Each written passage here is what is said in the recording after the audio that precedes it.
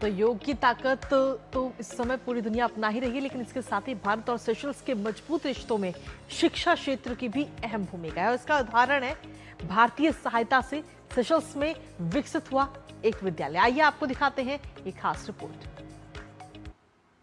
भारत और सेशल्स के संबंध सिर्फ रणनीतिक और सामरिक ही नहीं है, बल्कि ये भविष्य निर्माण, शिक्षा और मानव संसाधन विकास तक भी पहुंचते हैं।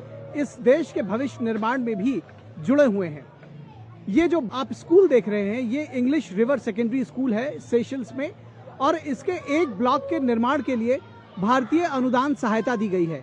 हमारे साथ इस पूरे विषय पर बातचीत करने के लिए दीपक जी मौजूद हैं, जो कि यहाँ पर हेड ऑफ डिपार्टमेंट हैं साइंस डिपार्टमेंट के।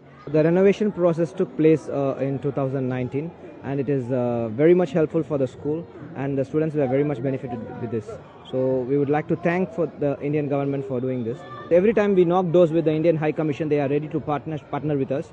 And recently also, like for the past 5 years, we've been sponsored by the Indian High Commission here during the World Health Day celebrations, and it was very helpful. And this year around, the sponsorship was much better, and like they gave us some books, and this time they gave some stationery materials for the inter-house competitions that we organize to promote health. So Indian High Commission is very helpful to us, especially when it comes to